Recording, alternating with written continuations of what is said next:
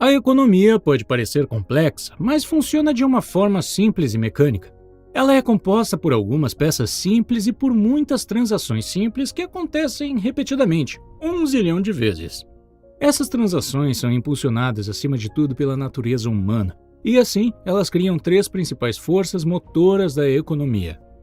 Força número 1: aumento da produtividade. Força número 2: ciclo da dívida de curto prazo. E força número 3: ciclo da dívida de longo prazo. Vamos analisar essas três forças e ver como a interação entre elas cria um ótimo modelo para acompanhar os movimentos da economia e descobrir o que está acontecendo no momento atual. Vamos começar com a parte mais simples da economia: transações. Uma economia nada mais é do que uma soma das transações que a compõem, e uma transação é algo muito simples. Você faz transações o tempo todo. Sempre que você compra algo, você cria uma transação. Cada transação consiste em um comprador trocando dinheiro ou crédito com um vendedor por bens, serviços ou ativos financeiros. O crédito gira da mesma forma que o dinheiro. Portanto, ao somar o dinheiro gasto e a quantidade de crédito gasta, você consegue saber o total de gastos. O montante total de gastos, ou o que chamamos de consumo, é o que move a economia. Se você dividir o valor gasto pela quantidade que foi vendida, você encontrará o preço. E é isso. Isso é uma transação. Ela é a base fundamental da máquina econômica. Todos os ciclos e todas as forças em uma economia são movidos por transações. Portanto, se compreendermos transações, poderemos compreender a economia como um todo. O mercado consiste em todos os compradores e todos os vendedores fazendo transações pela mesma coisa. Por exemplo, há um mercado de trigo, um mercado de automóveis, um mercado de ações e mercados de milhões de outras coisas. E a economia é constituída por todas essas transações feitas em todos esses mercados. Se você somar o gasto total e a quantidade total de vendas em todos os mercados, você terá tudo o que precisa saber para entender a economia. Simples assim. Pessoas, empresas, bancos e governos, todos realizam transações da forma como acabei de descrever, trocando dinheiro e crédito por bens, serviços e ativos financeiros. O maior comprador e vendedor é o governo, que é composto por duas partes muito importantes: um governo central, que coleta impostos e gasta dinheiro, e um banco central, que é diferente de outros compradores e vendedores, porque é ele quem controla a quantidade de dinheiro e crédito que circulam na economia. Ele faz isso através da manipulação de taxas de juros e da emissão de moeda. Como veremos a seguir, é por isso que o Banco Central é um agente crucial no fluxo de crédito. Agora eu quero que você preste atenção ao conceito de crédito. Crédito é a parte mais importante da economia e provavelmente a menos compreendida. É a parte mais importante porque é a maior parte e a mais volátil também. Assim como compradores e vendedores fazem transações em seus mercados, os credores e os mutuários também fazem. Credores geralmente querem transformar o dinheiro que eles têm em mais dinheiro, e os mutuários geralmente querem comprar algo que não podem pagar imediatamente, como uma casa ou um carro. Ou talvez queiram investir em algo, como abrir um negócio próprio. O crédito pode ajudar tanto os credores quanto os mutuários a obterem o que desejam. Mutuários prometem pagar o total emprestado, chamado de principal, mais uma quantia adicional, chamada de juro. Quando as taxas de juros estão altas, há menos empréstimos porque ficam muito caros. Quando as taxas de juros estão baixas, mais empréstimos são feitos, porque ficam mais baratos. Quando os mutuários prometem pagar seu empréstimo, os credores acreditam neles. Crédito é criado. Quaisquer duas pessoas podem concordar em criar crédito a partir do nada. Parece bem simples, mas crédito é complicado, porque ele tem nomes diferentes. Assim que o crédito é criado, ele imediatamente se transforma em dívida. A dívida é tanto um ativo para o credor quanto um passivo para o mutuário. No futuro, quando o devedor quitar um empréstimo acrescido de juros, o ativo e o passivo desaparecem e a transação é finalizada. Então, por que o crédito é tão importante?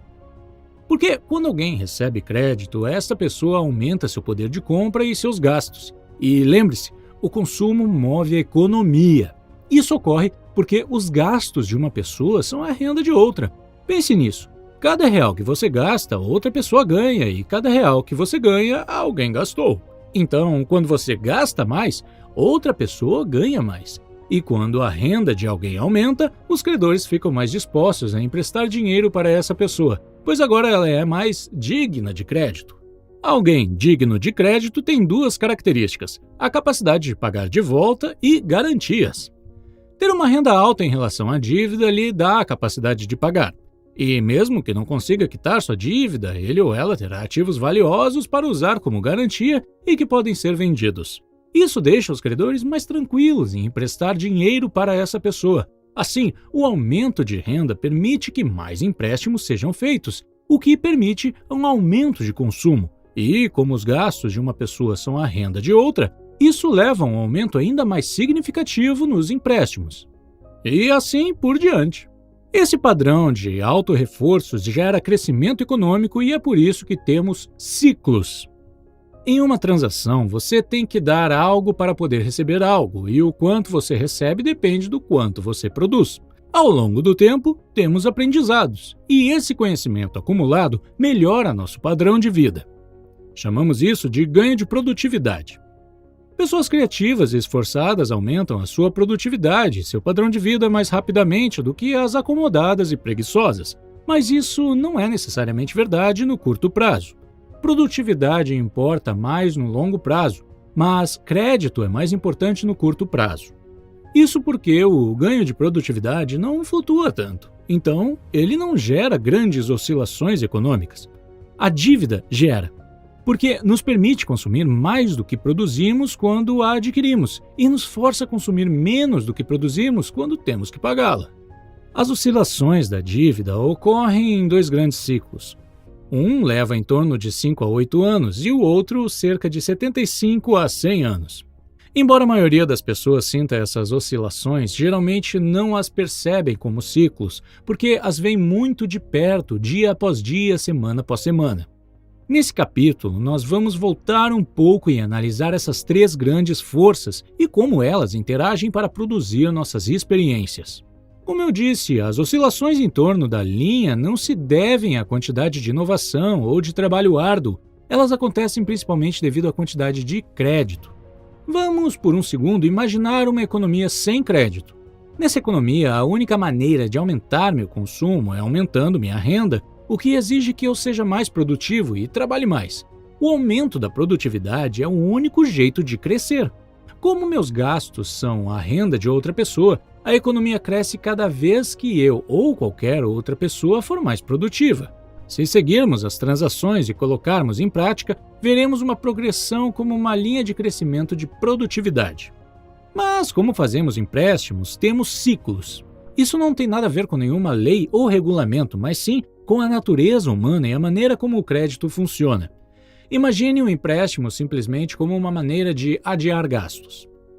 Para comprar algo que não posso pagar, preciso gastar mais do que eu ganho. Para isso, eu basicamente preciso pedir dinheiro emprestado do meu futuro eu. Ao fazer isso, crio um momento no futuro em que precisarei gastar menos do que ganho para ter condições de quitar a dívida. Facilmente se assemelha a um ciclo. Basicamente, sempre que você pega um empréstimo, cria um ciclo. Isso é verdade tanto para um indivíduo quanto para a economia. É por isso que compreender o crédito é tão importante, porque coloca em movimento uma série mecânica e previsível de eventos que ocorrerão no futuro. Isso torna o crédito diferente do dinheiro. O dinheiro é o que você utiliza para liquidar suas transações. Quando você compra uma cerveja de um barman com dinheiro, a transação é realizada imediatamente. Mas quando você compra uma cerveja com crédito, é como abrir uma caderneta de bar. Você está dizendo que promete pagar o barman no futuro. Juntos, você e o barman criam um ativo e um passivo. Você acabou de criar crédito a partir do nada. É só depois que você pagar a conta que o ativo e o passivo desaparecem, a dívida deixa de existir e a transação é liquidada. Na realidade, o que a maioria das pessoas chama de dinheiro é, na verdade, crédito. O valor total do crédito nos Estados Unidos é de cerca de 50 trilhões de dólares, e o valor total de dinheiro é de apenas cerca de 3 trilhões de dólares. Lembre-se, em uma economia sem crédito, a única forma de aumentar o consumo é produzindo mais. Mas em uma economia com crédito, é possível aumentar o consumo através de empréstimos. Como resultado, em uma economia com crédito, há mais consumo, e isso permite que a renda aumente mais do que a produtividade no curto prazo. Mas não a longo prazo. Agora, não me entendam mal. Crédito não é necessariamente algo ruim, que só serve para causar ciclos. Crédito é ruim quando ele financia o consumo excessivo e que não poderá ser pago de volta. Entretanto, ele é bom quando financia recursos de forma eficiente e produz renda para que seja possível pagar a dívida. Por exemplo, se você fizer um empréstimo para comprar uma TV de tela plana, sua TV não vai gerar renda para te ajudar a pagar a dívida. Mas se você pagar um empréstimo para, digamos, comprar um trator e esse trator te permitir arar mais terras e aumentar a sua receita, então você pode quitar a sua dívida e ainda aumentar o seu padrão de vida. Em uma economia com crédito, podemos acompanhar as transações e ver como o crédito gera crescimento. Vou dar um exemplo. Suponha que você ganhe R$100 mil por ano e não possua dívidas. Você possui crédito suficiente para pegar um empréstimo de 10 mil, digamos, no cartão de crédito. Então, você pode gastar R$110 mil, mesmo que ganhe apenas 100 mil. Como os seus gastos são a renda de outra pessoa, alguém ganhará R$110 mil. Essa pessoa, ganhando 110 mil, se não possuir dívidas, poderá pegar um empréstimo de 11 mil. Então, ela poderá gastar R$121 mil, mesmo que tenha recebido apenas 110 mil. Os seus gastos são a renda de outra pessoa e, seguindo as transações, começamos a ver como esse processo funciona em um padrão de auto-reforço. Mas lembre-se, endividamento gera ciclos, e se esse ciclo sobe, em algum momento ele precisará descer. Isso nos leva ao ciclo da dívida de curto prazo. À medida que a atividade econômica aumenta, vemos uma expansão. É a primeira fase do ciclo da dívida de curto prazo. Os gastos continuam a aumentar e os preços começam a subir. Isso acontece porque o aumento do consumo é impulsionado pelo crédito, que pode ser criado instantaneamente a partir do nada. Quando a quantidade de gastos e de renda cresce mais rápido do que a produção de bens, os preços sobem. Quando os preços sobem, chamamos isso de inflação. O Banco Central não quer que haja muita inflação porque ela causa problemas. Então, quando você vê os preços subindo, ele aumenta as taxas de juros. Com taxas de juros mais altas, há menos pessoas que têm condições de fazer empréstimos e o custo das dívidas existentes cresce. Pense nisso como os pagamentos do seu cartão de crédito aumentando. Como as pessoas estão fazendo menos empréstimos e têm dívidas maiores para pagar, elas têm menos dinheiro sobrando para gastar, e com isso o consumo diminui.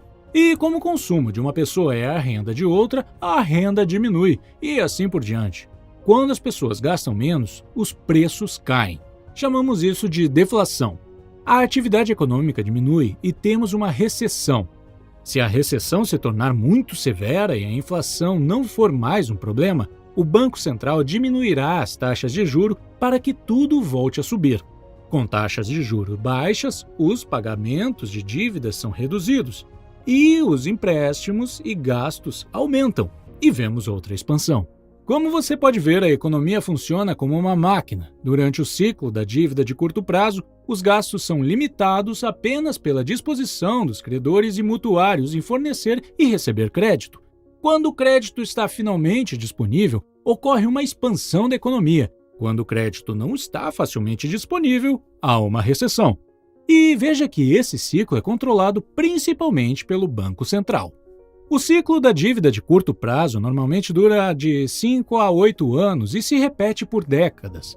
Mas observe que a parte mais baixa e o topo de cada ciclo terminam com mais crescimento do que no ciclo anterior e com mais endividamento. Por quê? Porque as pessoas forçam esses limites. Elas tendem a fazer empréstimos e gastar mais em vez de pagar as dívidas. É a natureza humana. Por causa disso, em longos períodos, as dívidas crescem mais rapidamente do que as rendas, criando um ciclo da dívida de longo prazo. Apesar das pessoas estarem mais endividadas, os credores facilitam ainda mais os empréstimos. Por que isso acontece? Porque todo mundo acha que as coisas estão indo muito bem. As pessoas só focam no que está acontecendo no momento. E o que está acontecendo? As rendas estão aumentando, os valores dos ativos estão subindo, o mercado de ações está bombando. É o momento ideal para comprar bens, serviços e ativos financeiros com dinheiro emprestado. Quando as pessoas fazem isso, chamamos de bolha. Portanto, embora as dívidas estejam crescendo, as rendas têm crescido quase na mesma velocidade para compensá-las. Vamos chamar a relação entre a dívida e a renda de encargo da dívida. Enquanto a renda continuar a aumentar, o encargo da dívida permanecerá gerenciável. Ao mesmo tempo, os valores dos ativos disparam. As pessoas pegam emprestado grandes quantias de dinheiro para comprar ativos como investimentos, resultando em um aumento ainda maior dos preços.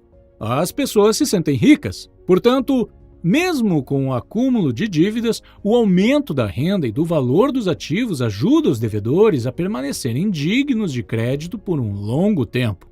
Mas isso, obviamente, não pode continuar acontecendo para sempre. E não continua. Durante décadas, o encargo da dívida aumentou lentamente, criando pagamentos de dívidas cada vez maiores.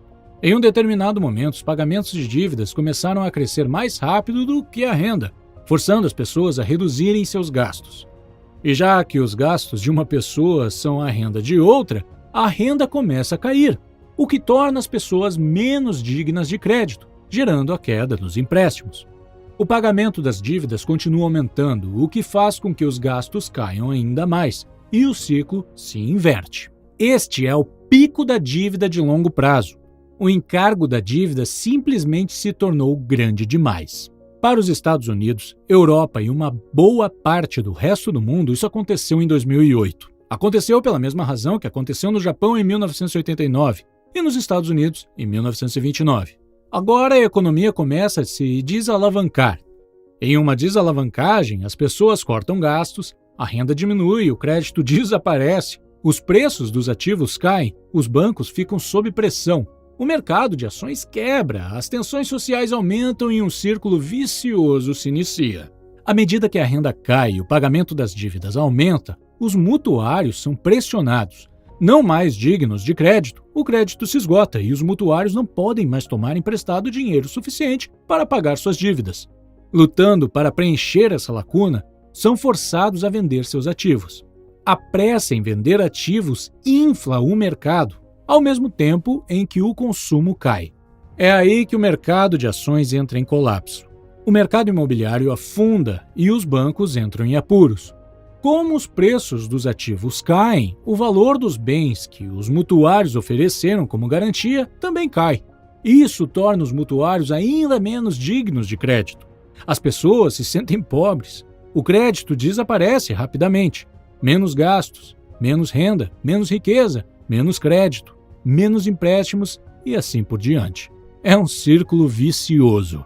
Pode ser um cenário parecido com uma recessão, mas a diferença é que aqui não é possível diminuir as taxas de juros para salvar o dia. Em uma recessão, a redução das taxas de juros funciona para estimular empréstimos. No entanto, em uma desalavancagem, reduzir as taxas de juros não funciona porque as taxas de juros já estão baixas e logo atingem 0%.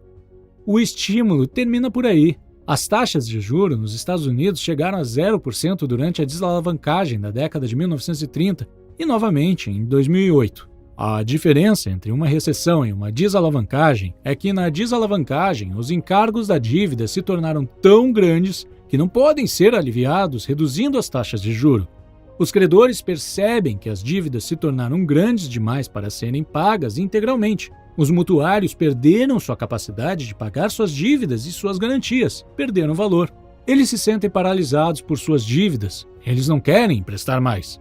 Os credores param de emprestar, os mutuários param de tomar emprestado. Pense na economia como um todo, não sendo digna de crédito, da mesma forma como o que aconteceria com o indivíduo. Então, o que podemos fazer quando há uma desalavancagem? O problema é que o encargo da dívida está alto demais e deve ser reduzido. Isso pode acontecer de 4 maneiras. Primeiro, pessoas, empresas e governos cortam gastos. Segunda, as dívidas são reduzidas e há inadimplências e reestruturações. Terceiro, a riqueza é redistribuída das pessoas que têm para as que não têm. E por fim, quarto, o Banco Central imprime mais moeda. Essas 4 maneiras aconteceram em todas as desalavancagens da história moderna. Normalmente, os gastos são cortados primeiro. Como acabamos de ver, pessoas, empresas e até governos fecham a mão e cortam seus gastos para que possam pagar suas dívidas. Isso geralmente é chamado de austeridade. Quando os mutuários param de fazer novos empréstimos e começam a pagar dívidas antigas, espera-se que os encargos da dívida diminuam. Mas o oposto acontece, porque estão todos cortando gastos. E como os gastos de uma pessoa são a renda de outra, isso causa diminuição de renda. A queda das rendas acontece mais rapidamente do que o pagamento das dívidas, e o encargo da dívida fica bem pior. Como vimos, esse corte de gastos é deflacionário e doloroso. As empresas são forçadas a cortar custos, o que significa menos empregos. O maior desemprego leva ao próximo passo. As dívidas devem ser reduzidas. Muitos mutuários se veem incapazes de pagar seus empréstimos e as dívidas de um devedor são os ativos de um credor. Quando o mutuário não paga de volta sua dívida com o banco, as pessoas ficam nervosas porque o banco não será capaz de pagá-las também. Então, correm para sacar seu dinheiro. Os bancos estão sob pressão e as pessoas, empresas e bancos inadimplentes. Essa severa contração econômica é uma depressão. Uma grande parte da depressão econômica está relacionada às pessoas descobrindo que a riqueza que pensavam que tinham não está realmente lá. Vamos voltar para o exemplo do bar. Quando você comprava uma cerveja e pedia para o barman colocar na conta, você estava fazendo uma promessa de pagá-lo no futuro. Sua promessa se torna um ativo do barman. Mas se você quebrar sua promessa, se você não pagar sua conta, então o ativo que ele possui não vale nada. O ativo basicamente desapareceu. Muitos credores não querem que seus ativos desapareçam e concordam com a reestruturação da dívida. A reestruturação da dívida significa que os credores serão pagos um valor menor, ou em um prazo mais longo, ou com uma taxa de juros mais baixa do que inicialmente acordada. De alguma forma, o contrato é quebrado de forma a reduzir o endividamento. Para os credores, receber um pouco é melhor do que não receber nada. Mesmo que a dívida desapareça, a reestruturação da dívida faz com que a renda e o valor dos ativos desapareçam ainda mais rapidamente, de modo que o encargo da dívida continua a piorar. Assim, como o corte de gastos, a redução do endividamento também é dolorosa e deflacionária. Tudo isso impacta o governo central, porque com a redução da renda e com menos empregos, o governo arrecada menos impostos. Ao mesmo tempo, o governo precisa aumentar seus gastos porque o desemprego aumentou e muitos dos desempregados não têm dinheiro guardado e acabam precisando de apoio financeiro do governo. Somado a isso, o governo cria planos de estímulo e aumenta seus gastos para compensar a crise na economia. Os déficits orçamentários do governo explodem em períodos de desalavancagem, porque ele gasta mais do que arrecada em impostos. Quando você ouve falar do déficit orçamentário no noticiário, é sobre isso que estão falando. Para arcar com seu déficit, o governo precisa aumentar os impostos ou pedir dinheiro emprestado. Mas com a renda caindo e tantos desempregados, de quem sairá esse dinheiro? Dos ricos! Como os governos precisam de mais dinheiro e a riqueza está fortemente concentrada nas mãos de uma pequena porcentagem da população, os governos naturalmente aumentam os impostos sobre os ricos, o que facilita uma redistribuição da renda na economia, dos que têm para os que não têm. Os que não têm, que estão sofrendo, começam a se ressentir dos ricos que têm. Os que têm, sendo pressionados pela economia fraca, preços de ativos em queda e impostos mais altos, começam a se ressentir dos que não têm. Se a depressão continuar, pode gerar desordem social. Não apenas as tensões aumentam dentro do país, mas também entre os países, especialmente países devedores e credores. Essa situação pode levar a mudanças políticas que, às vezes, podem ser extremas. Na década de 1930, foi uma situação como essa que levou Hitler ao poder, que levou à guerra na Europa e à depressão nos Estados Unidos. A pressão para que algo seja feito para acabar com a depressão aumenta. Lembre-se, a maior parte do que as pessoas pensavam ser dinheiro era, na verdade, crédito. Então, quando o crédito desaparece, as pessoas não têm dinheiro suficiente. Ficam desesperadas por dinheiro. E lembra quem pode imprimir dinheiro? É o Banco Central. Como já reduziu a taxa de juros para o próximo de zero, o Banco Central se sente forçado a imprimir dinheiro. Ao contrário do corte de gastos, da redução da dívida, da redistribuição de riqueza, imprimir dinheiro é inflacionário e estimulante. Inevitavelmente, o Banco Central imprime novo dinheiro a partir do nada e o usa para comprar ativos financeiros e títulos do governo. Aconteceu nos Estados Unidos durante a Grande Depressão e de novo em 2008, quando o Banco Central dos Estados Unidos, o Federal Reserve, imprimiu mais de 2 trilhões de dólares. Muitos outros bancos centrais ao redor do mundo que tinham condições de fazê-lo também imprimiram dinheiro. Comprar ativos financeiros com esse dinheiro ajuda a elevar os preços dos ativos, o que torna as pessoas mais dignas de crédito. No entanto, isso só ajuda quem possui ativos financeiros. Veja, o Banco Central pode imprimir dinheiro, mas a única coisa que ele pode comprar são ativos financeiros. O governo central, por outro lado, pode comprar bens e serviços e colocar dinheiro nas mãos da população, mas não consegue imprimir dinheiro. Portanto, para estimular a economia, os dois devem cooperar e trabalhar juntos. Ao comprar títulos do governo, o Banco Central basicamente empresta dinheiro para o governo, permitindo que, mesmo com o déficit, os gastos com bens e serviços aumentem por meio de seus programas de estímulo e seguro-desemprego. Isso aumenta a renda das pessoas, assim como a dívida do governo, mas reduzirá o encargo total da dívida da economia. É um momento muito arriscado. As políticas monetárias precisam equilibrar as 4 maneiras pelas quais os encargos da dívida diminuem. As medidas deflacionárias precisam ser equilibradas com as medidas inflacionárias para manter a estabilidade. Se a balança estiver equilibrada corretamente, pode haver uma bela desalavancagem. Veja bem, uma desalavancagem pode ser terrível ou pode ser bela. Como uma desalavancagem pode ser bela? Mesmo que a desalavancagem seja uma situação difícil, lidar com uma situação difícil da melhor maneira possível é uma coisa bela. Muito mais bela do que os excessos desequilibrados e alimentados pelo endividamento da fase de alavancagem. Em uma bela desalavancagem, as dívidas diminuem em relação à renda. O crescimento econômico real é positivo e a inflação não é um problema. Isso é alcançado através do equilíbrio adequado. O equilíbrio adequado requer uma certa combinação de cortes de gastos, redução da dívida, distribuição de riqueza e impressão de dinheiro, para que a estabilidade econômica e social possa ser mantida. As pessoas se perguntam se imprimir dinheiro não acabará aumentando a inflação. Isso não vai acontecer se a queda do crédito for compensada. Lembre-se de que o que importa é o consumo.